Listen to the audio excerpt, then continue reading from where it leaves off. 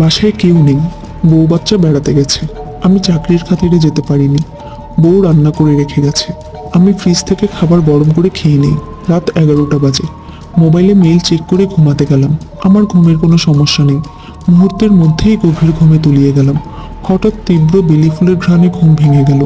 কয়টা বাজে জানি না, তবে আনুমানিক রাত 3টা হবে। মনে হচ্ছে ঘরে কেউ একজন আছে। সে হাঁটছে। তার হাতের কাচের চুরি শব্দ পাচ্ছি। মেয়েটা হয়তো চুলে বেলি ফুলের মালা পরেছে।